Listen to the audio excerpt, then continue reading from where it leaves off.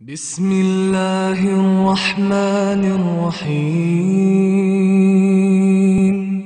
وَلَقَدْ يَسَّرْنَا الْقُرْآنَ لِلذِّكْرِ فَهَلْ مِن مُدَّكِرٍ۔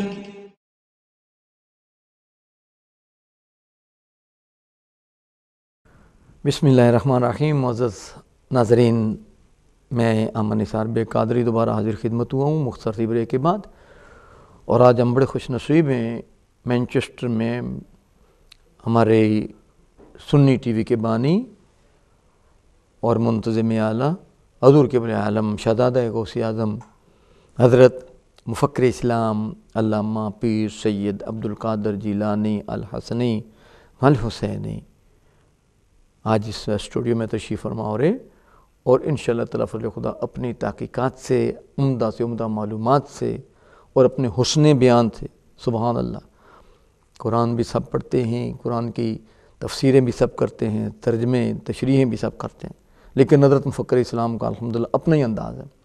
آپ کی باتیں کانوں میں نہیں دلوں میں بیٹھتی چلی جاتی ہیں، آنکھوں کو منور کرتی چلی جاتی ہیں، روشن کرتی چلی جاتی ہیں، دل اور دماغ میں کیف سرور پیدا کرتی جاتی ہیں، اور مشکل سے مشکل بات حضور قبلہ عالم مفکر اسلام انتہائی آسان پیرائے میں بیان فرما دیتے ہیں، اور جس سے ہر سننے والا خوشی سے تمتما اٹھتا ہے کہ قرآن کی یہ اتنی مشکل تعلیمات، اتنی قرآن مجید کے مشکل مسئلے کو کتنی آسانی سے بیان کر دیا۔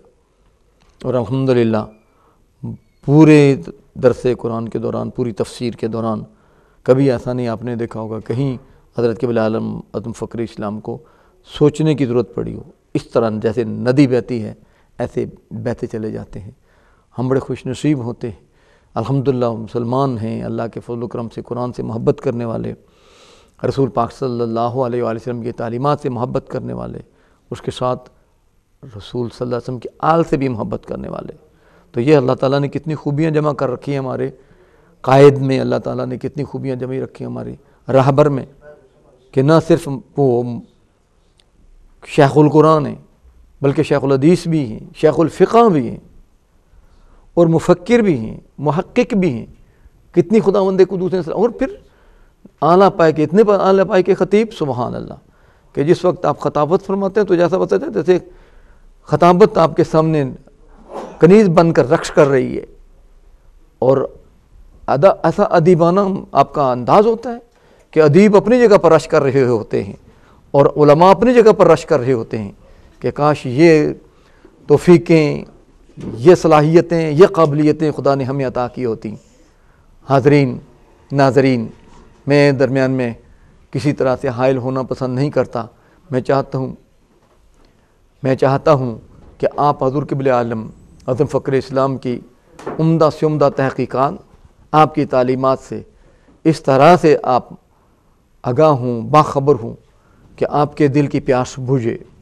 ہمیں تو آپ سنتے ہی رہتے ہیں، لیکن حضرت مفکر اسلام کی تعلیمات اور پھر آپ کی تحقیقات کو عوام تک، سامعین تک، ناظرین تک پہنچانا، اور اس طرح عمدہ پیرائے میں پہنچانا کہ یہ آدمی سمجھے جیسے کہ مجھے اکیلے کو مخاطب کر کے مجھے سمجھائے جا رہے ہیں، یہ صرف حضور قبلہ عالم حضرت مفکر اسلام کا ہی خاصہ ہے۔ کیوں نہ ہو، یہی وہ پاک شخصیتیں ہیں، یہی وہ پاک گھرانہ ہے جس گھرانے میں قرآن مجید نازل ہوا ہے۔ اور آپ بھی فرمایا کرتے ہیں، اور لکھا ہے ہمارے علماء نے، اہل البیت ادری ما فی بیتہ، جو گھر والے ہوتے ہیں وہ زیادہ جانتے ہیں کہ ان کے گھر میں کیا ہے۔ آپ کو پتہ ہے آپ کے گھر میں کیا رکھا ہوا ہے، آپ نے فلاں چیز کہاں رکھی ہے، فلاں چیز کہاں رکھی ہے، کیسے طریقے سے رکھی ہے۔ اگر آپ کو معلوم ہے، کیونکہ ہم نے تو دنیا کا سامان رکھا ہوا ہے، بہت معلوم ہے آپ کو، لیکن ان کے گھر میں کیا رکھا ہے؟ ان کے گھر میں قرآن ہے، ان کے گھر میں حدیث ہے، رسول اللہ صلی اللہ علیہ وسلم کی فقہ ہے، حضور کی محبت ہے، اور حضور کا حکم ہے کہ آپ میری اولاد ہو۔ اگر میری اولاد ہونے کی وجہ سے آپ اگر اپنی عزتیں کراتے ہو، احترام کراتے ہو، تو پھر یہ میرے احکامات پہنچانا میری امت تک، یہ بھی آپ کی ذمہ داری ہے۔ ہمارے حضور قبلہ عالم مفکر اسلام پوری رات مطالعہ کرتے ہیں الحمدللہ، اور ایسا کبھی نہیں ہوا کہ آپ کسی درس میں تشریف لے جائیں، تقریر میں تشریف لے جائیں، بغیر مطالعے کے چلے جائیں۔ مجھے بہت تجربہ ہے، جب ہم پڑھا کرتے تھے حضرت صاحب کے پاس، تو چھوٹی سی چھوٹی کتاب بھی اگر ہم نے نامیر پڑھی تو، اگر ہم نے چھوٹی سی کتاب ہے اصول شاشی وہ کھولی پڑھی تو، حضرت فرمایا کرتے میں نے اس کا مطالعہ نہیں کیا، جب تک میں مطالعہ نہیں کروں میں کتاب کھولتا نہیں، حالانکہ کتنی مرتبہ پہلے پڑھا چکے ہوتے تھے۔ آپ بھی سنیے، پتہ نہیں کتنی زیادہ رات بھر تحقیق کی ہوئی ہے۔ جو قرآن مجید کا درس حضرت قبلہ عالم حضرت فخر اسلام آپ کے سامنے ارشاد فرمانے والے ہیں، قرآن سنیے، لیکن ان سے سنیے سبحان اللہ جن کے گھر میں قرآن نازل ہوا، اور رسول پاک صلی اللہ علیہ وسلم یہی فرمایا کہ یہ قیامت تک میرے اہل بیت اور قرآن اکٹھا رہیں گے، جنہوں نے اکٹھا رہنے کا حق بھی ادا کرنا ہے۔ آپ حضرت فخر اسلام سے ان کی پوری تحقیقات اور ان کی ساری تعلیمات میں پوری محنت اپنے انہی کے پیرائے میں، انہی کے کھاتے میں آپ سماعت فرما کر انشاءاللہ دل و دماغ کو روشن کریں گے۔ اللہ تعالیٰ آپ کو سمجھنے کی اور اس پر عمل کرنے کی توفیق عطا فرمائے۔ آج انشاءاللہ 7:20 پر حضرت صاحب کا خطاب ختم ہوگا، اس وقت تک آپ دل جمی سے سنیے، درمیان میں کوئی بریک نہیں ہوگی۔ حضرت فخر اسلام۔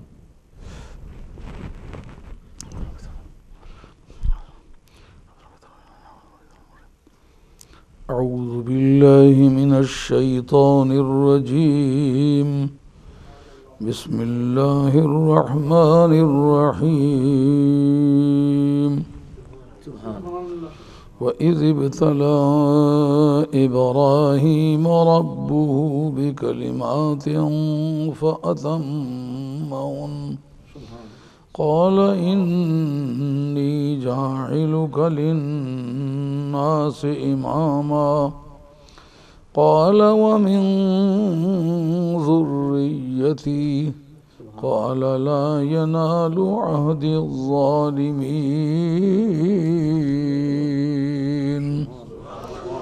وَإِذْ جَعَلْنَا الْبَيْتَ مَثَابَةً لِلنَّاسِ وَأَمْنًا وَاتَّخِذُوا مِن مَّقَامِ إِبْرَاهِيمَ مُصَلًّى وَأَعِدْنَا إِلَىٰ إِبْرَاهِيمَ وَإِسْمَاعِيلَ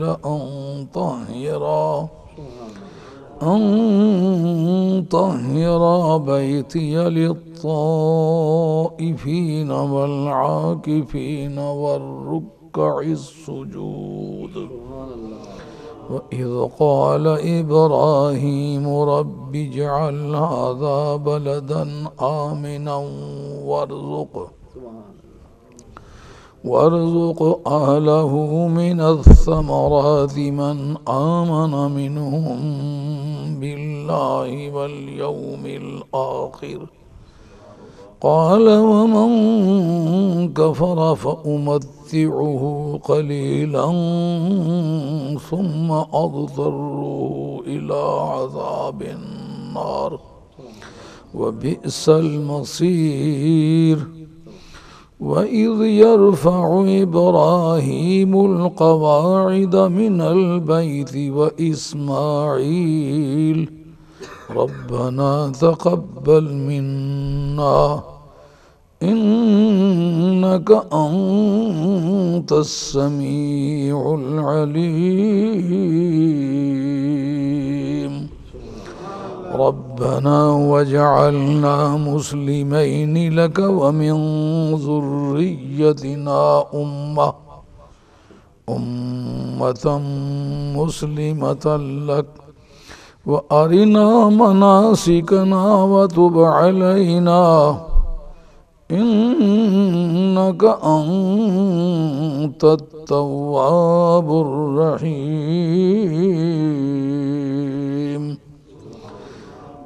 رَبَّنَا وَابْعَثْ فِيهِمْ رَسُولًا مِّنْهُمْ يَتْلُو عَلَيْهِمْ آيَاتِكَ وَيُعَلِّمُهُمُ الْكِتَابَ وَالْحِكْمَةَ وَيُزَكِّيهِمْ إِنَّكَ أَنتَ الْعَزِيزُ الْحَكِيمُ صدق الله مولانا العظيم وبلغنا رسوله النبي الكريم ونحن على ذلك من الشاهدين والشاكرين والحمد لله رب العالمين۔ حضرت حق جل وعلا شانہ وعز اسمہ وتم برہانہ، ارشاد فرماتے ہیں اے میرے محبوب صلی اللہ علیہ وآلہ وسلم، یاد کیجئے وہ وقت جب اللہ رب العزت نے حضرت ابراہیم علیہ السلام کو چند باتوں میں آزمایا۔ فَأَتَمَّهُنْ، حضرت ابراہیم علیہ السلام نے ان باتوں کو پورا کر دکھلایا۔ قال انی جاعلک للناس اماما، تو انہوں نے کہا کہ پروردگار عالم نے ارشاد فرمایا کہ میں تجھے لوگوں کا امام بنانے والا ہوں۔ قال ومن ذریتی، تو انہوں نے عرض کیا اے اللہ کریم اور میری اولاد سے بھی، یعنی امامت عظمیٰ کا تاج جس طرح تو نے اپنی قدرت کاملہ سے میرے سر پہ رکھا ہے، اسی طریقے سے میری اولاد کو بھی امامت عظمیٰ عطا فرمائیو۔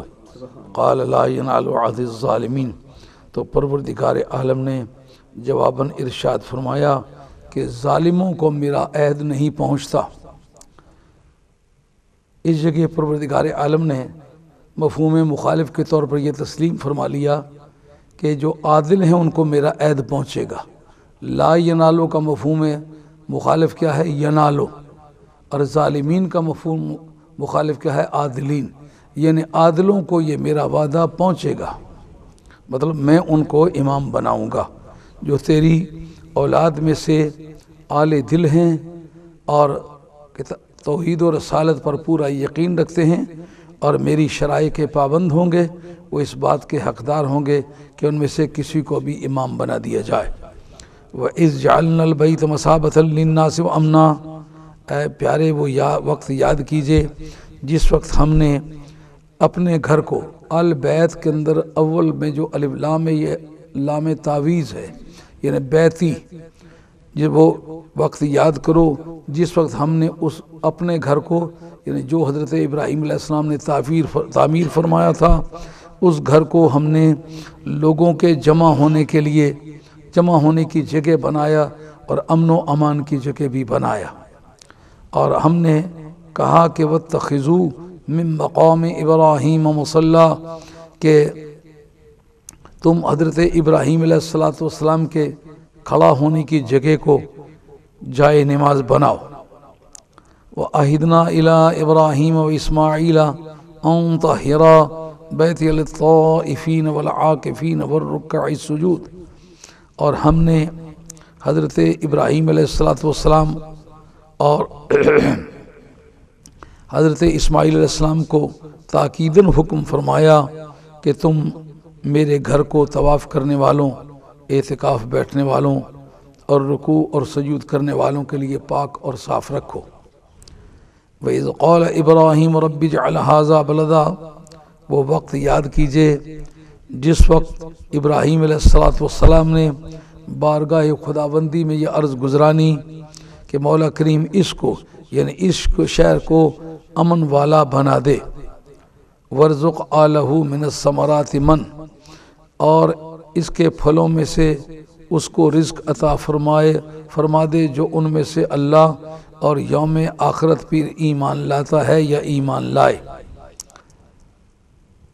قال ومن کفر فأمتعه قلیلا، تو پروردگار عالم نے جواباً ارشاد فرمایا میں جو کفر بھی کرے گا اس کو بھی کچھ دیر نفع کا موقع عطا فرماؤں گا، پھر اس کو دوزخ کی طرف، نار جہنم کی طرف مجبور کروں گا۔ وبئس المصیر، اور یہ کتنی ہی بری جگہ ہے پلٹنے کی۔ وَإِذْ يَرْفَعُ إِبْرَاهِيمُ الْقَوَاعِدَ مِنَ الْبَيْتِ وَإِسْمَاعِيلُ، وہ وقت یاد کرو جس وقت بیت اللہ شریف کی بنیادوں کو حضرت ابراہیم اور حضرت اسماعیل علی نبینا وعلیہم الصلاۃ والسلام بیت اللہ شریف کی دیواروں کو اونچا کر رہے تھے۔ ربنا تقبل منا، اور وہ کہہ رہے تھے اے پروردگار ہم سے قبول فرما، انک انت السمیع العلیم، کیونکہ تو ہی بہت اچھی طرح سے سننے والا اور بہت علم رکھنے والا ہے، جمیع علوم اپنے پاس رکھنے والا ہے۔ ربنا وجعلنا مسلمین لکا ومن ذریتنا امۃ مسلمۃ لک، اے پروردگار اور ہم دونوں کو اپنی بارگاہ میں سر تسلیم خم کرنے والا بنا دے، اور ہماری اولاد میں سے بھی ایک جماعت کو تیری بارگاہ میں جھکنے والا اور فرمان بردار بنا دے۔ وَأَرِنَا مَنَاسِكَنَا وَتُبْ عَلَيْنَا، اور ہمیں عبادات کے طریقے بتا اور ہم پر مہربانی فرما، بلا شبہ تو ہی بہت بڑا توبہ قبول کرنے والا مہربان ہے۔ ربنا وبعث فیہم رسولا، اے ہمارے پالنے والے تم ان میں بڑی شان والا رسول بھیج دے جو انہی میں سے ہے، یتلو علیہم آیاتکا، جو انہیں تیری آیتیں پڑھ پڑھ کے سنائے، اور وَيُعَلِّمُهُمُ الْكِتَابَ وَالْحِکْمَةَ، اور انہیں کتاب اور حکمت سکھائے، وَيُزَكِّيهِمْ، اور انہیں پاک کرے، اِنَّكَ أَنْتَ الْعَزِيزُ الْحَكِيمُ، پروردگار عالم تو ہی ہر ایک پر غالب ہے اور تو ہی سب حکمتوں کا مالک ہے۔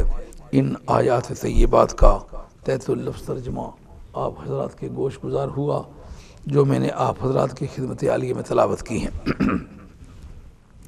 اب اس کے اندر پروردگار عالم کا ارشاد ہے کہ وہ وقت یاد کرو جب ابراہیم علیہ السلام کو ان کے پروردگار نے چند باتوں پر آزمایا۔ یہ ایک پیچھے سے مضمون چلا آ رہا ہے بنی اسرائیل کے بارے میں، اور اس کے کنکلوژن کے موقع پر پھر حضرت ابراہیم علیہ السلام کا ذکر چھڑا۔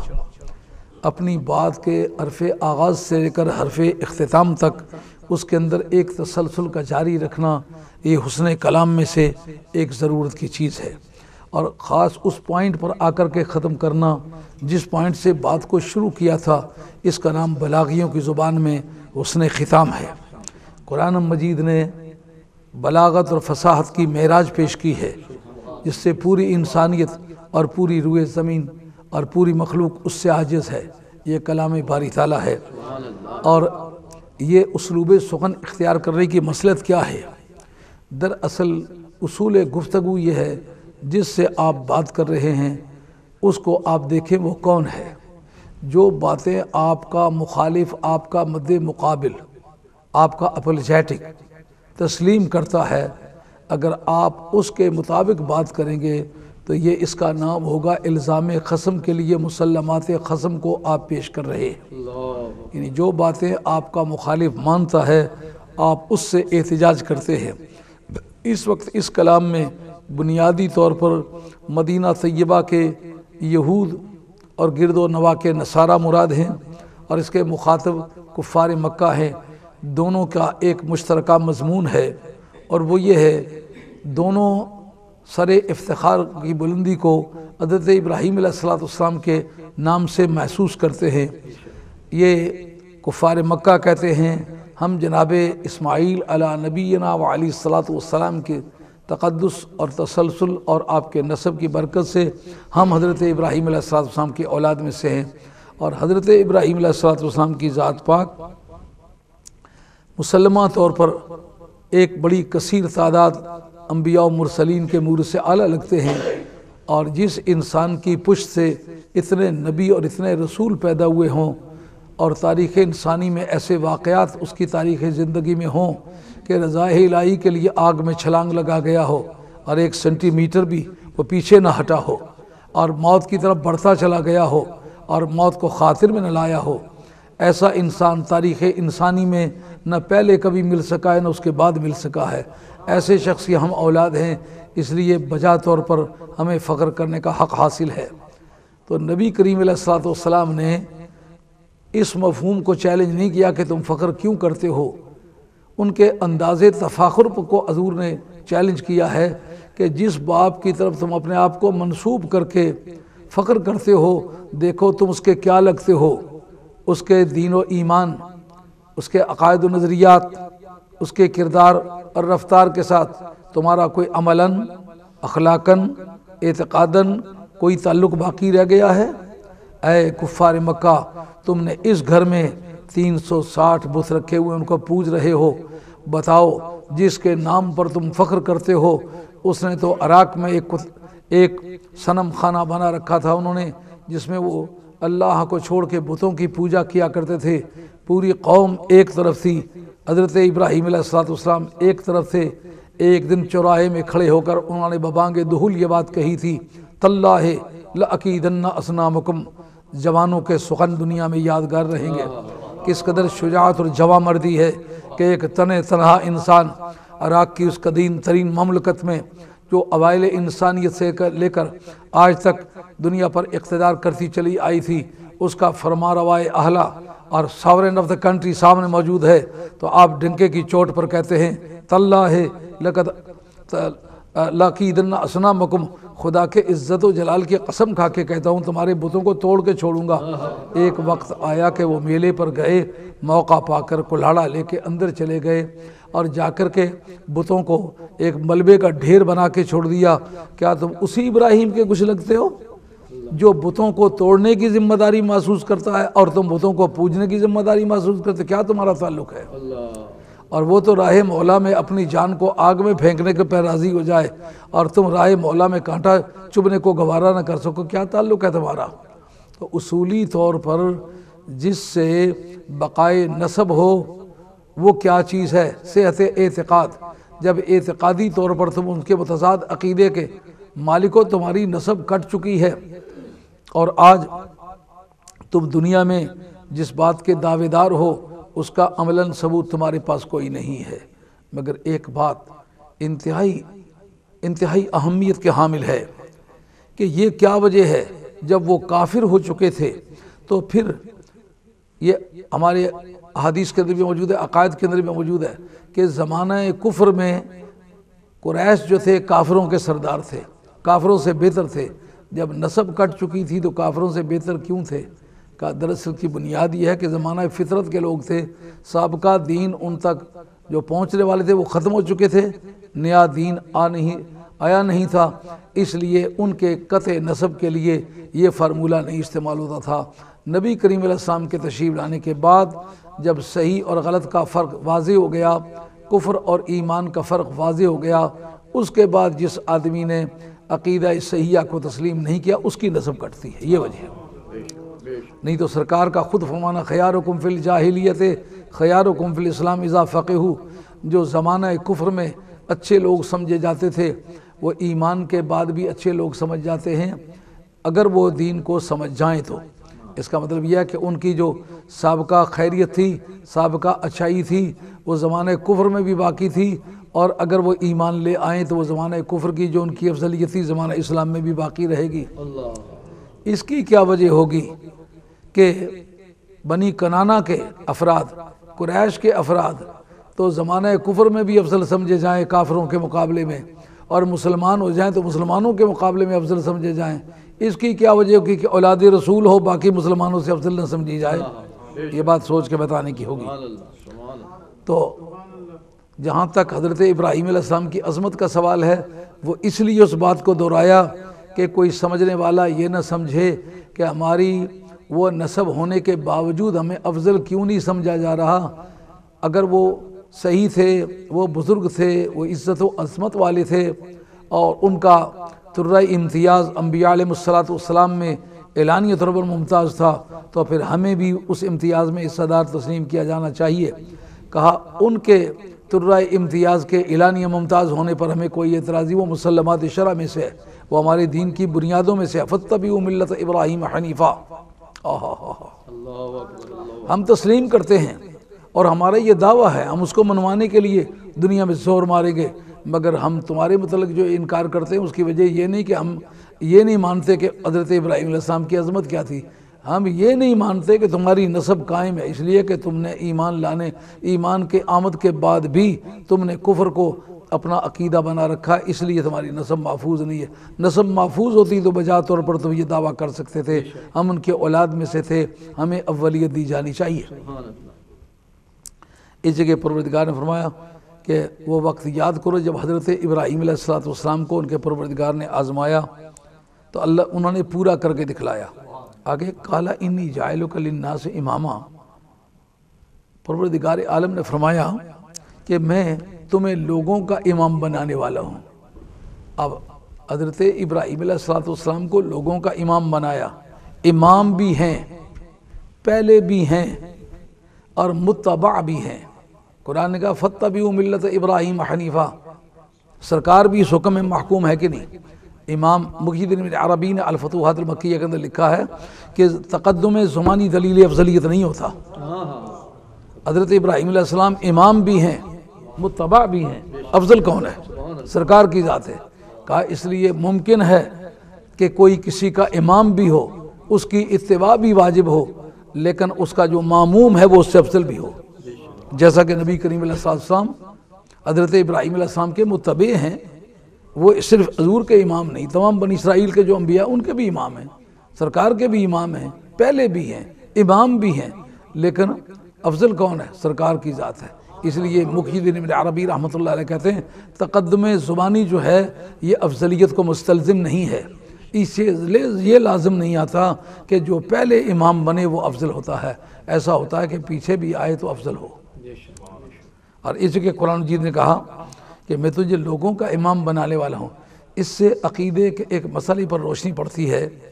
ہمارے علماء عقائد کی اکثریت اس طرف ہے، وہ کہتے ہیں کہ جو کسی نبی کے اندر تدریج مدارج کو تسلیم کرے یا اس میں کفریات ہے، یہ تسلیم کرے، پہلے وہ پاکی نیک عادی بنا، پہلے وہ صوفی بنا، پھر وہ ولی بنا، پھر وہ مجدد بنا، پھر وہ اس سے ترقی کرتے کرتے ارتقائی منازل نبوت کے راستے میں تسلیم کرے، تو یہ اس قسم کفریات ہے۔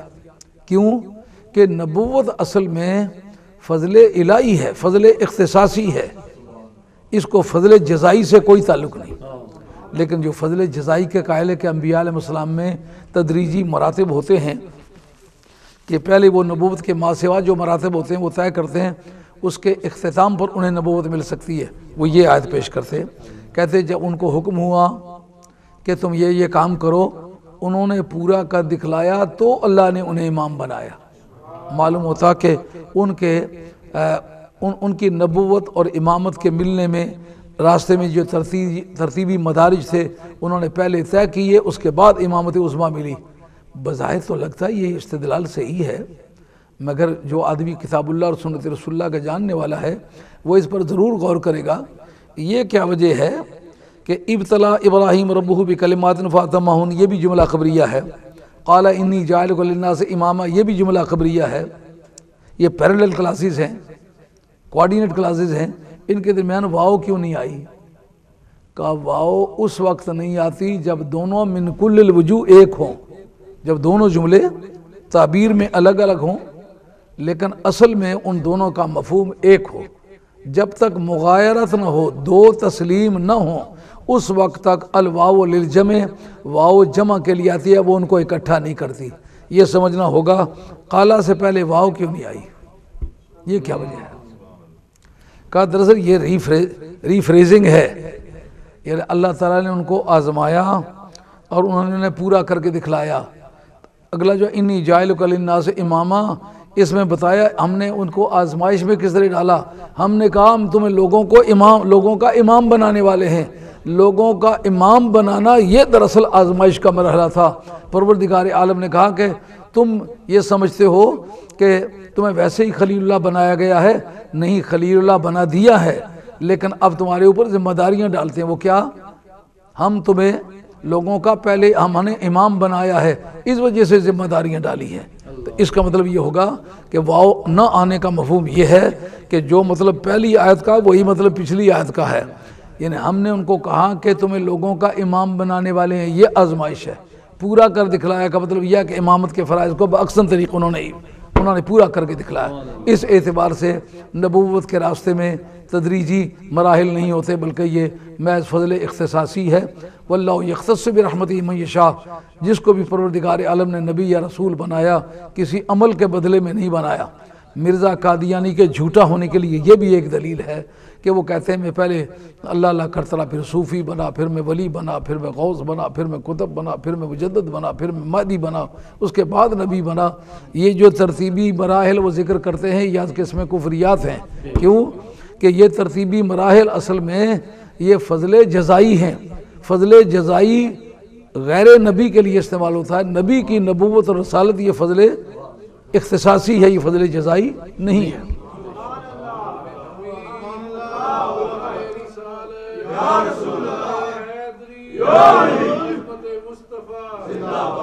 معراج کی رات یہ منظر دیدنی اور شنیدنی تھا کہ حضرت نبی کریم علیہ السلام نے یکے بعد دیگر مختلف انبیاء علیہ السلام کے سامنے یہ تجویز پیش کی کہ آج اکٹھ ہے 1,24,000 دنیائے روح کے رستم ہیں، اور ایسے لوگ ہیں کہ جن کو اللہ تبارک و تعالیٰ نے کائنات میں پیدا فرما کے کائنات کو باغ و بہار کر دیا، تو تم میں ہر ایک کی شخصیت اپنی اپنی نوعیت کی ہے۔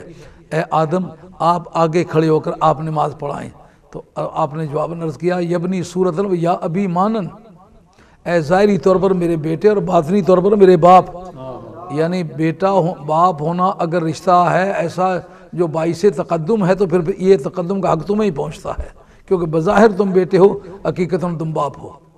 حضرت ابراہیم علیہ السلام سے کہا آپ آگے ہو، آپ کو اللہ تعالیٰ نے امامت عظمیٰ کا تاج پہنایا ہے۔ انہوں نے کہا میں امام الناس ہوں، تم امام الانبیاء ہو۔ لوگوں کی امامت کا معاملہ تو میں کروں گا، نبیوں کی امامت کا معاملہ تو تم کرو گے۔ قال ومن ذریتی، پروردگار عالم کی بارگاہ میں انہوں نے عرض گزرانی، مولا کریم مجھے اپنے فضل سے یہ توفیق عطا فرما کہ میں ان مراحل کو طے کروں، اور تجھ سے درخواست کرتا ہوں کہ میری اولاد میں بھی امام بنائیو۔ اس کا مقصد یہ ہے کہ اولاد رسول میں یا نبی کریم علیہ السلام کے خاندان میں جو امام بنائے گئے، نبی کریم علیہ السلام کی دعا بھی اور سابقہ حضرت ابراہیم علیہ السلام کی دعا بھی اس میں شامل ہے۔ یعنی میری اولاد کو بھی امام بنا۔ ایک طبقہ کل تک کہتا تھا کہ جناب حضرت امام زین العابدین، امام حسن، امام حسین، اور حضرت امام محمد باقر، حضرت امام جعفر صادق، حضرت موسیٰ کاظم، سید علی رضا، اور سید تقی، سید نقی، سید حسن عسکری، یہ شیعہ کے امام ہیں۔ آج ہم لوگ اس پر بحث کرتے چلے آئے، آج ان کی زبانوں سے یہ سنا جا رہا ہے یہ اہل سنت کے بھی امام ہیں۔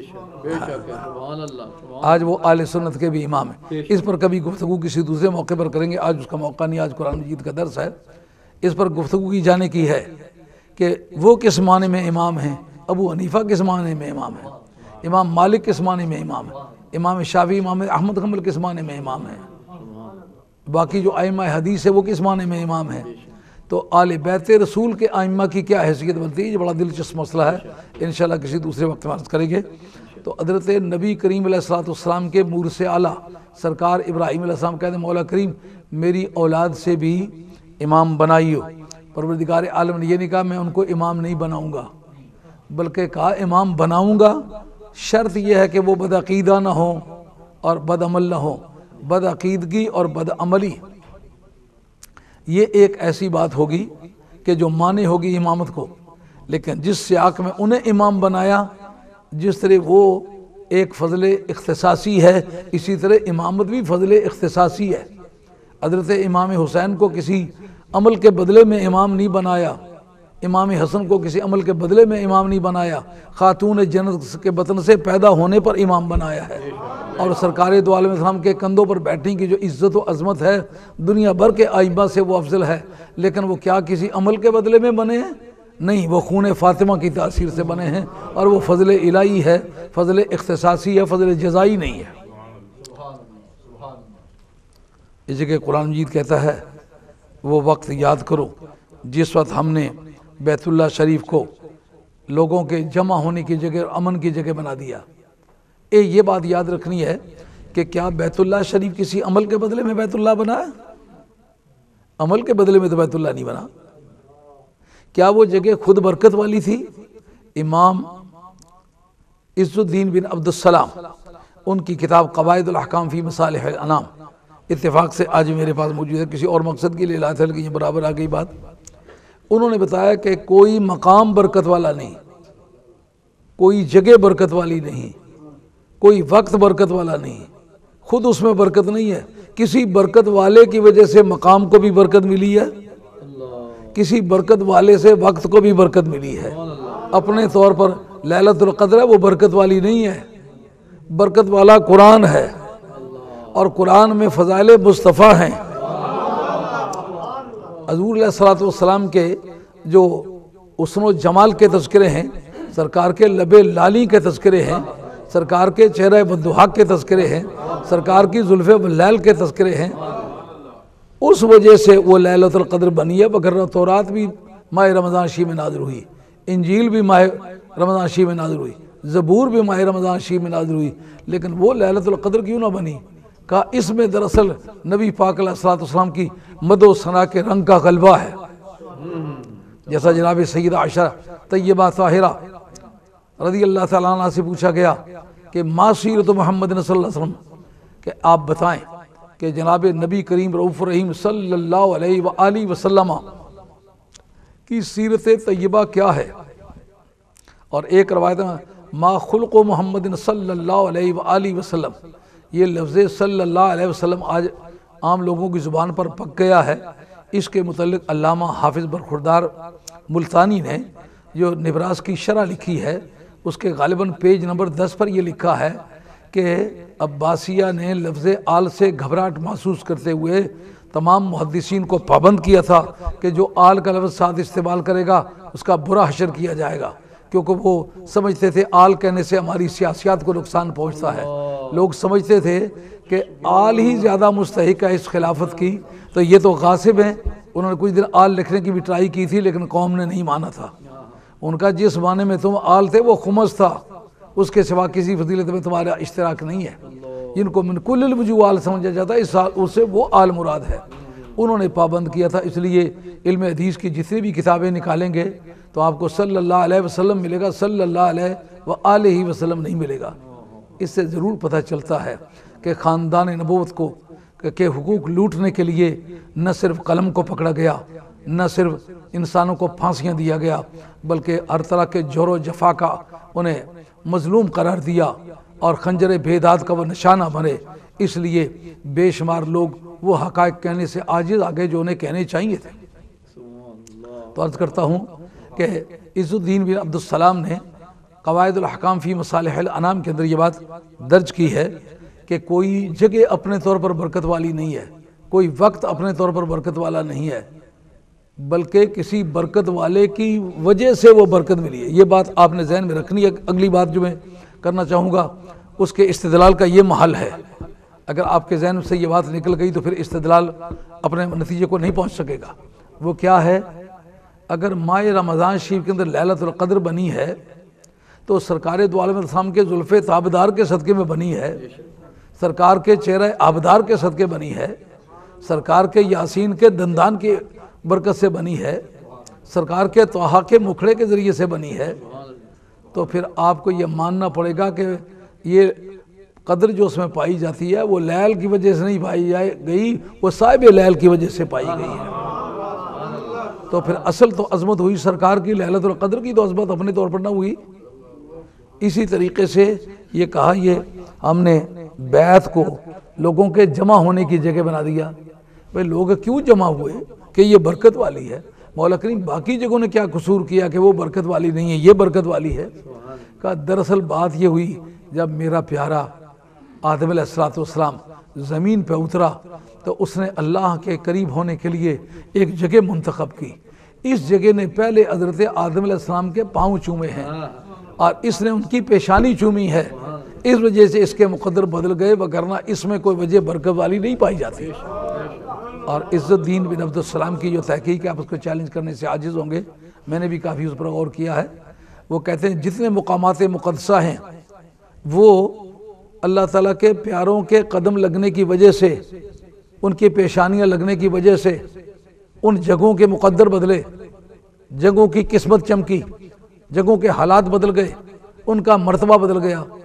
تو میں یہ سمجھنا چاہوں گا کہ جس جگہ ان کے پاؤں لگے ہیں وہ تو برکت والی ہے، جس جگہ قبروں میں ان کی باڈیاں پڑی ہوئی ہیں وہ کیوں برکت والے نہیں؟ یہ سمجھنے والی بات ہے۔ علت حکم کیا ہے؟ علت حکم ان کا تعلق ہے۔ تو علت حکم جس وقت معلوم ہو جائے، جس کو انگریزی میں ریشیو ڈیسیڈنڈائی کہتے ہیں، جس کو آپ اپنی زبان میں کہتے ہیں دلالت النص۔ دلالت النص تو بتاتی ہے کعبے کی علت تکریم خود کعبہ نہیں ہے بلکہ آدم علیہ السلام کا تعلق ہے۔ آدم علیہ السلام کے پاؤں لگے ہیں، آدم علیہ السلام کے ہاتھ لگے ہیں، آدم علیہ السلام کی پیشانی لگی ہے، حضور کردگار وہ گڑ گڑائے ہیں۔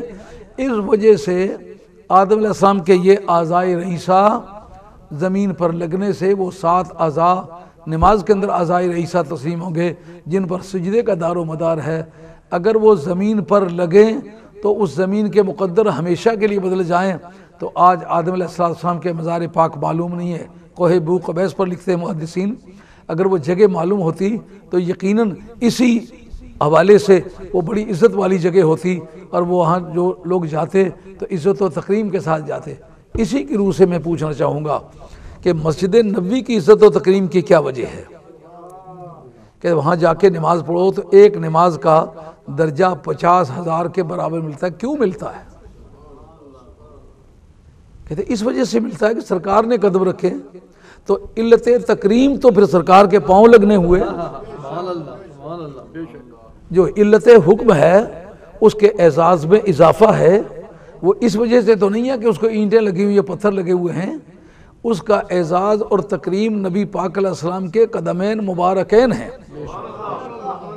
سرکار کی وہ خوبصورت پیشانی ہے، سرکار دو علیہ السلام کی وہ تیکھی ناک ہے، سرکار کے وہ دستائے مبارک جن کو ید اللہ پروردگار نے فرمایا ید اللہ فوق ایدیہم، وہ میرے یار کا ہاتھ ان پر جو نظر آتا ہے نا وہ میرا ہاتھ ہے۔ اب ان ہاتھوں اور سرکار کے جسم عطر سے لگنے کی برکت سے اس کی تقدیر میں اضافہ ہو گیا اور 50,000 نماز کا ثواب ملنے لگا۔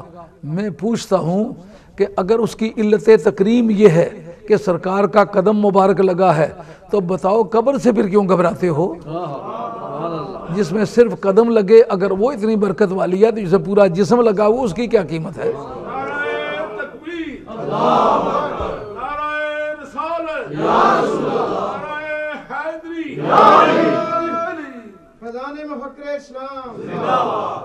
اب یہ بڑی اچھی طرح سمجھ آنا چاہیے جو یہ کہتا ہے مسجد نبوی کے ارادے سے سفر کیا کرو مگر تم سرکار دو علیہ وسلم کے قبر اطہر کے ارادے سے سفر مت کیا کرو، یہ تو مسلمانوں کے حالات متواترہ کے خلاف ہے۔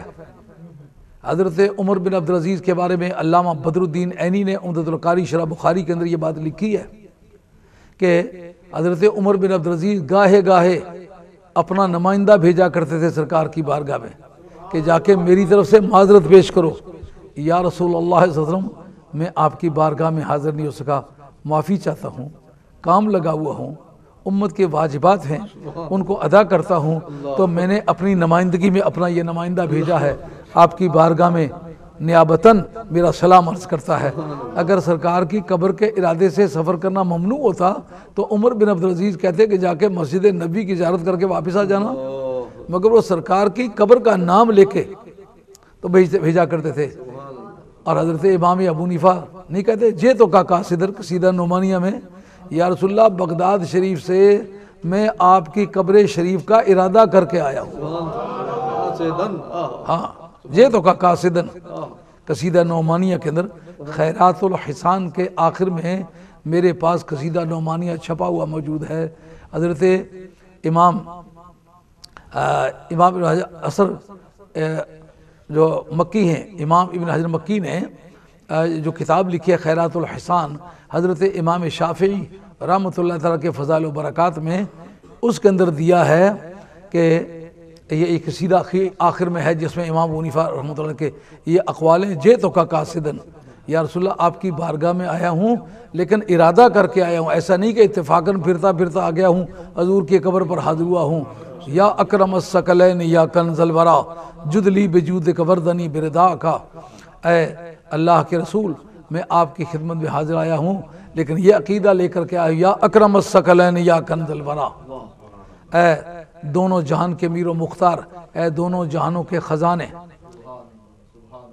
یا اکرم الثقلین، اے دونوں جماعتوں سے یعنی جنوں اور انسانوں سے افضل، اے کنز الورا اور ساری مخلوق کے مرکزی خزانے، میں آپ کی خدمت میں حاضر آیا ہوں اور عرض کر دو جدلی بے جودے کا، آپ کو جو اللہ نے فیضان فرمایا ہے جو آپ کائنات میں اللہ کے خزانے بانٹتے ہیں مجھے بھی اس سے عطا فرمائیے۔ اور جو رب نے آپ سے وعدہ کیا وردنی برضا کا، آپ سے وعدہ کیا وَلَسَوْفَ يُعْطِيكَ رَبُّكَ فَتَرْضَىٰ، آپ کو آپ کا پروردگار اتنا دے گا کہ تم راضی ہو جاؤ گے، تو اے اللہ کے رسول میں چاہوں گا اس میں سے تھوڑا سا حصہ مجھے بھی عطا فرما دیں تاکہ میرا بھی کام چل جائے۔ تو اب وہ زیارت کے ارادے سے آئے ہیں اور سرکار کی قبر پر کھڑے ہو کر کے اس کا اقرار کر رہے ہیں۔ اللہ حضرت قیاس اہل اللہ ہمیشہ سرکار کی قبر شریف کی حاضری دیتے رہے ہیں اور اس کو باعث عزت و تکریم سمجھتے ہیں۔ ہم پوچھتے ہیں کہ مکہ شریف میں اگر کوئی آدمی جاتا ہے تو اس کو کہتے ہیں لا تشد الرحال الا لثلاثۃ مساجد، کہ تم کثرت ثواب کے ارادے سے، کیونکہ یہ باب فضل الصلاۃ کے اندر یہ حدیث آتی ہے بخاری شریف میں، یہ ایک اصول ہے اب سلسلہ ترجمۃ الباب کا، کہ آپ اگر اس باب کے مضمون میں اور کچھ شامل کریں تو کر سکتے ہیں، لیکن یہ کہ ترجمۃ الباب میں جو مضمون سمجھ کے اس کو ٹائٹل دیا گیا ہے آپ اس کو خارج کرنا چاہیں تو کبھی نہیں کر سکتے۔ اس کا مقصد یہ ہے کہ امام بخاری رحمۃ اللہ جب وہ باب باندھا ہے انہوں نے یہ اس لیے باندھا ہے کہ یہ سب جگہوں کے سفروں سے مراد نہیں ہے، میری مراد یہ ہے کہ اگر تم کسی مسجد میں یہ نیت کر کے جاؤ کہ وہاں جانے سے ثواب زیادہ ہوگا تو اس نیت سے سفر مت کرو۔ جن مسجدوں میں چل کے جانے کے باعث فائدہ پہنچتا ہے اور ثواب زیادہ ملتا ہے وہ تین ہی مسجدیں ہیں، یا میری مسجد ہے یا مسجد اقصی ہے یا مسجد حرام ہے۔ اب تینوں کی علت کیا ہے؟ وہ بھی پہلے آدم علیہ السلام نے بنایا تھا، بعد سلیمان علیہ السلام نے بنایا تھا۔ یہ پہلے آدم علیہ السلام نے بنایا تھا، بعد میں حضرت ابراہیم علیہ السلام نے بنایا تھا۔ تو اس کی علت حکم تینوں کی کیا ہے کہ اللہ کے پیاروں کے قدم لگے ہوئے ہیں، اللہ کے پیاروں کے ہاتھ لگے ہوئے ہیں، اللہ کے پیاروں کی پیشانیاں لگی ہوئی ہیں۔ ارے ہاتھ پاؤں کی برکت کو مانو تو ان کی پوری باڈیوں کی برکت کا انکار کرو، یہ کہاں کی بات ہے؟ مگر اہل علم نے ایک بہت خوبصورت بات اس پر استدلال کے طور پر ذکر کی ہے، جو کہا کہ یہ ایک بحث ہے اہل علم کے ہاں کہ کعبہ شریف مکہ شریف افضل ہے یا مدینہ شریف افضل ہے، کعبہ شریف افضل ہے کہ سرکار کا گنبد خضرا شریف افضل ہے۔ اس پر گفتگو کرتے ہوئے ایک طبقے نے کہا کہ کعبہ شریف افضل ہے، لیکن اس پر اتفاق ہو گیا تمام عالم اسلام کا کہ جو مٹی سرکار کی قبر اطہر کے سے لگی ہوئی ہے، یہ اپنے بھی اور بیگانے بھی سب اس پر متفق ہیں کہ وہ مٹی جو مٹی قبر اطہر سے لگی ہوئی ہے، سرکار کی بدن مبارک سے لگی ہوئی ہے، اس کا درجہ کعبہ شریف سے افضل ہے، بیت المقدس شریف سے افضل ہے، لوح سے افضل ہے، قلم سے افضل ہے، عرش الہی سے افضل ہے۔ اس کا مطلب افضلیت تو سرکار کے گرد گھومتی ہے۔ یہ التصدیقات لدفع التلبیسات علماء دیوبند کی لکھی ہوئی کتاب ہے، اس کے اندر بھی یہ مسئلہ موجود ہے، یعنی اس میں کسی کو اختلاف نہیں۔ اچھا جب اس میں اختلاف کوئی نہیں تو مرکز فضیلت تو سرکار کی ذات ہوئی۔ اب اس پر غور کرتے ہیں کہ مکہ شریف افضل ہے کہ مدینہ شریف افضل ہے۔ ایک طبقہ کہتا ہے یہ مکہ شریف افضل ہے اس لیے کہ وہاں اگر ایک نماز پڑھی جائے تو 1,00,000 کا ثواب ملتا ہے، ایک نیکی کی جائے 1,00,000 کی نیکی کا ثواب ملتا ہے، لیکن مدینہ طیبہ میں 50,000 کا۔ اس کا جواب علی علم نے دیا ہے کہ اگر مکہ شریف میں ایک بدی کرے تو 1,00,000 بدی بھی لکھی جاتی ہے، اور مدینے میں اگر کوئی نیکی کرے تو ایک کی 50,000 ملتی ہے، لیکن بدی کرے تو ایک ہی بدی لکھی جاتی ہے۔ اور اس کے بارے میں سرکار فرماتے ہیں من زار قبری وجبت له شفاعتی، میرے شہر میں رہتا ہے نا تجھ سے کوئی قصور ہو گیا تو معافی مانگ، پھر خدا جانے میں جاؤں تیری بدی بجانے، میں اس کی شفاعت مجھ پر واجب ہے، کام پھر چل گیا۔ لیکن ایک طبقہ کہتا ہے کہ جن لوگوں کے پاس علم نہیں یہ باتیں انہوں نے کی ہیں، وگرنہ قصہ کیا ہے؟ جو کعبہ شریف کے وقوع کی جگہ اس کا نام ہے مکہ، پروردگار نے جب قسم فرمائی تو اصول قسم کیا ہے؟ مقسم بہی اس چیز کو بنایا جائے جو اس ماحول میں سب سے افضل ہے۔ اگر کعبہ سب سے افضل ہوتا تو سرکار کعبے کی قسم فرماتے، پروردگار فرمایا لا اقسم بہذا البلد وانت حل بہذا البلد، ہم اس شہر کی قسم فرماتے ہیں پر کعبے کی وجہ سے نہیں فرماتے، حتیم کعبہ کی وجہ سے نہیں فرماتے، میزاب کی وجہ سے نہیں فرماتے، آب زمزم کی وجہ سے نہیں فرماتے، صفا مروہ کی وجہ سے نہیں فرماتے، اگر قسم فرماتے ہیں تو تیرے ٹوٹے ہوئے حجرے کے صدقے میں فرماتے ہیں۔ یہ واو حالیہ ہے، واو حالیہ ہے۔ حال ہے، وَأَنْتَ حِلٌّ حال یہ جملہ حالیہ ہو کر کون سا حال ہے؟ حال تعلیلیہ ہے۔ حال تعلیلیہ کیا بتاتا ہے کہ میرا عامل حال اس کا ذوالحال سے کس طرح کا تعلق ہے، اس کے تعلق کی وجہ کیا ہے۔ یعنی فرمایا کہ میں قسم فرماتا ہوں اس شہر کی درآں حال کے آپ اس شہر میں جلوہ فرمائے، یعنی اس شہر کی قسم میں فرماتا ہوں۔ لا اقسم عامل حال ہے، وَأَنْتَ حِلٌّ بِهَذَا الْبَلَدِ، لا اقسم بِهَذَا الْبَلَدِ وَأَنْتَ حِلٌّ بِهَذَا الْبَلَدِ، اس شہر کی قسم درآں حال کہ تم اس شہر میں تشریف فرما ہو۔ حاضر البلد جو ہے یہ ذوالحال ہوگا، وَأَنْتَ حِلٌّ بِهَذَا الْبَلَدِ اس کا حال ہوگا۔ حال تعلیلیہ ہے، بتاتا ہے قسم کھانے کی وجہ کیا ہے، کا سرکار کا ڈیرا ہونا، کا جب تک سرکار مکہ شریف میں تھے وہ علت افضلیت کی مکہ شریف کو حاصل تھی۔ جس وقت سرکار مکہ چھوڑ کے مدینہ طیبہ میں آ گئے تو پھر علت حکم ادھر آ گئی، جدھر علت گئی ادھر حکم گیا۔ پہلے افضلیت حاصل تھی مکہ شریف کو، اب قیامت تک افضلیت حاصل رہے گی مدینہ طیبہ۔ تو یہاں جو فرمایا ہم نے اس کو لوگوں کے جمع ہونے کی جگہ بنا، وہ لوگوں کو کچھ حاصل ہوتا ہوگا تو وہاں لوگ جمع ہوتے ہوں گے۔ حاصل کی وجہ کیا ہے، کہ میرے یاروں کے پاؤں لگے ہوئے ہیں۔ معلوم ہوا اس کے یاروں کے پاؤں ایسی برکت کا باعث ہیں کہ لوگ جب تک وہاں جا کے سر نہ لگائیں ٹھکانہ ہی نہیں بنتا۔ وَاتَّخِذُوا مِن مقام ابراہیم کا کیا معنی ہے؟ مقام ابراہیم سے جائے نماز بناؤ، اس کا مطلب جس جگہ میرے پیاروں نے پاؤں لگائے وہاں سر لگاؤ، خدا کو راضی کرو۔ مقصود قرب الہی ہے، تعظیم پروردگار ہے۔ ابراہیم علیہ السلام کی نماز میں تعظیم مراد نہیں ہے، ان کا توسل اور تبرک مراد ہے، تعظیم ذات باری کی ہے۔ یہ فرق بنے گا کہ کس کے لیے عبادت کر رہا ہے۔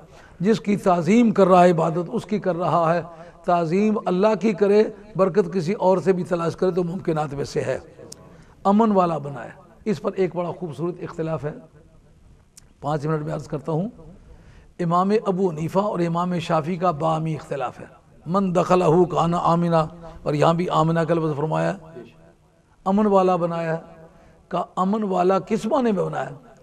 کہا کہ اگر چور مجرم قاتل بھی اگر اندر چلا جائے جب تک خود باہر نہ نکلے اس وقت تک آپ اس کو گرفتار نہیں کر سکتے، سزا نہیں دے سکتے۔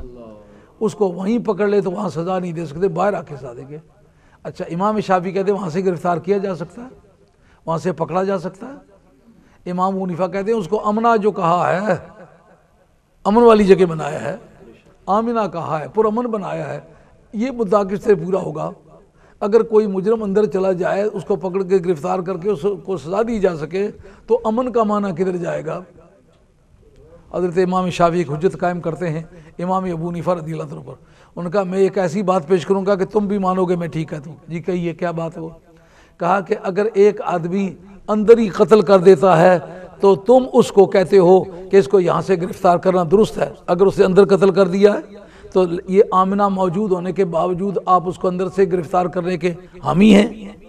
اگر امن والا ہے تو اس کو گرفتار کرنے کی حمایت کیوں کرتے ہیں؟ اب بات ہو امام ابو حنیفہ سے، یہ تو بعد میں آپس میں لوگوں کے جھگڑے ہوئے ہیں نا، تو پھر منسوب تو امام ابو حنیفہ کی طرف امام شافعی کی طرف ہوتے ہیں، لیکن کیا خوبصورت جواب دیتے ہیں۔ انہوں نے کہا میں اس کے بارے میں پھر یہی رائے ظاہر کروں گا جو باہر قتل کر کے اندر چلا آئے، اس کو آپ اندر سے گرفتار نہیں کر سکتے تاکہ یہ معنی ثابت ہو کہ یہ امن والی جگہ ہے، لیکن جو اندر کرتا ہے میں آپ کی حمایت کرتا ہوں، آپ ٹھیک کہتے ہیں وہاں سے گرفتار کرنا چاہیے۔ کہا پھر فرق آپ کس طرح کریں گے؟ انہوں نے کہا فرق اس طرح کروں گا کہ جس نے باہر قتل کیا ہے، باہر جرم کیا ہے، وہ اندر چلا گیا ہے، اس کا مطلب یہ ہے کہ اس کعبے کے تقدس کا، اس کی بزرگی کا حامی ہے، قائل ہے، وہ مانتا ہے کہ مقامات مقدسہ پناہ کی جگہ ہیں۔ مجرم ہے ضرور، بے ادب نہیں ہے، گستاخ نہیں ہے، سبحان اللہ سبحان اللہ، مجرم ہے مگر بے ادب نہیں ہے، بے ادب نہیں۔ اللہ اکبر۔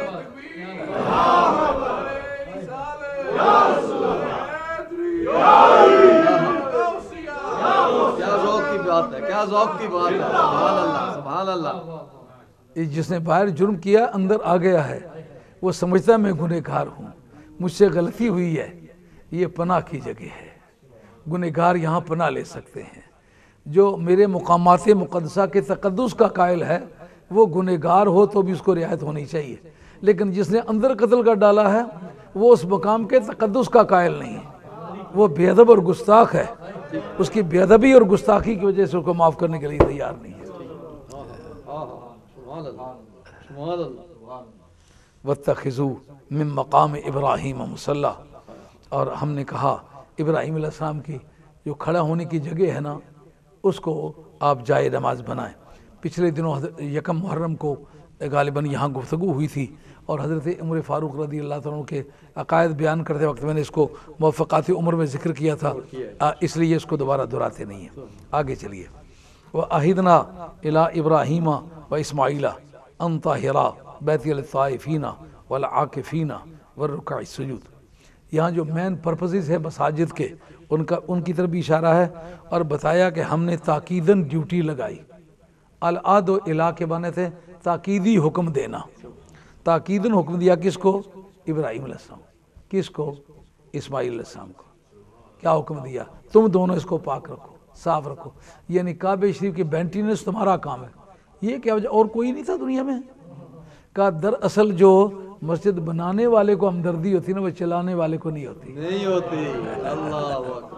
اس لیے جو مساجد بنائیں چلانے کا کام بھی وہی کریں، جو مدارس بنائیں چلانے کا کام بھی وہی کریں۔ اور اگر بعد کے لوگوں کے ہاتھ آ جائے، رات کو کسینوں میں صبح کے وقت مسجد کا پریزیڈنٹ ہے، رات کے وقت جوا کس کے کھیلتا ہے اور صبح کے وقت مولوی صاحب کو آ کے روک دیتا ہے، اس کو شرم نہیں آتی میں کون ہوں، رات کس طرح گزری ہے۔ ازلال تو پیدا بود پیمانہ کشیا، کیا کیا کرتے رہے اور اب آپ کیا کر رہے ہو۔ تو دونوں مقدس گھٹیا ہاتھوں کی ڈیوٹی نہیں لگائی، کہا ایک تو بنانے کا کام انہوں نے کیا، دوسرا سب سے مقدس ہاتھ اس وقت کے وہ ہیں، تمہیں کہتا ہوں میرے گھروں کی حفاظت کرو۔ اس لیے جتنے مسلمان ہو، جو نیک لوگ ہو، مسجدوں کی دیکھ بھال کرو۔ میں آج بھی مطالعہ کر رہا تھا کہ ہمارے فقہ نے یہ لکھا ہے کہ کثرت حج کے مقابلے میں، ایک مرتبہ حج تو فرض ہے، لیکن بار بار حج کرنے کے مقابلے میں مسجدوں کی خدمت افضل ہے، علماء کی خدمت افضل ہے، طلباء کی خدمت افضل ہے۔ مدرسوں میں مکھیاں بنا رہی ہوں اور جوان حج پر گیا ہوا ہو، اور اس قدر وہ ریسلنگ چل رہی ہے، عورتیں کہتی وہ فلاں نے اتنا 7 حج کر لیے، جب تک میں 8 نہ کر لوں میرا گزارا نہیں ہوتا۔ اب وہ حج کرنے کے لیے نہیں جاتی، وہ ریسلنگ میں جیتنے کے لیے جا رہی ہے۔ مسجدوں کے اندر مرثیہ خوانی ہو رہی ہے، مسجدوں کو آباد کرو۔ مسلمان تاب مسجد صف کشیدند گرے بانے شہنشاہاں دریدند۔ مسجدوں کی مٹی بڑی مردم خیز ہے۔ فاروق اعظم مسجدوں کی پیداوار ہے، حسین مسجدوں کی پیداوار ہے، عمر بن عبدالعزیز مسجدوں کی پیداوار ہے۔ جو لوگ مسجدوں کے ماحول میں پلے پوسے، ان کے عقائد بھی صحت مند تھے، ان کے اعمال بھی صحت مند تھے، وہ ان کا نظام حکومت بھی صحت مند تھا۔ ایجوکیشنل پالیسی کو سب سے پہلی مرتبہ جس نے سسٹمٹائز کیا ہے وہ حضرت عمر فاروق ہے۔ دور فاروقی میں تعلیمی پالیسی مرتب ہوئی ہے۔ پڑے ہوئے کہاں کے تھے؟ کہا اونٹ چرانے کا ڈنگ نہیں آتا تھا تو باپ نے لاٹھیوں سے مارا تھا، تو میں اونٹ چرانا نہیں آتا۔ وہ جس کو اونٹ چرانا نہیں آتا تو اس نے پالیسی کس طرح سسٹمٹائز کی ہے؟ کہا وہ سرکار دو عالم اسلام کی مسجد کی نگہداشت انہوں نے کی ہے، رب نے مقدر بدل دیے ہیں۔ وہی آدمی دنیا کا سب سے بڑا حکمران اپنے وقت میں بنا، اور اتنا بڑا نظام حکومت کہ کہیں سے کہیں تک دنیا میں اسلام پھیل گیا اور غلبے کے ساتھ پھیلا۔ یہ یادگار ہے جناب فاروق اعظم رضی اللہ عنہ کی۔ آپ اگر یہ چاہیں کہ صحابہ کرام کو تاریخ اسلامی سے نکال کے اسلام کو بچائیں تو آپ کے پاس بچانے کا کوئی بندوبست نہیں ہے۔ سبحان اللہ۔ تو آج کا بیان اختتام پذیر ہوتا ہے، انشاءاللہ دوسری ملاقات میں پھر مزید گفتگو ہوگی۔ وما علینا الا البلاغ المبین وآخر دعوانا الحمدللہ رب العالمین الصلاۃ والسلام علی رسول الکریم الحمدللہ رب العالمین۔ صلاۃ والسلام کے پڑھتے ہیں، اس کے بعد دعا ہوتی ہے، ہمارے پاس 5 منٹ ہے انشاءاللہ۔ سبحان اللہ۔ صلاۃ والسلام پڑھیں۔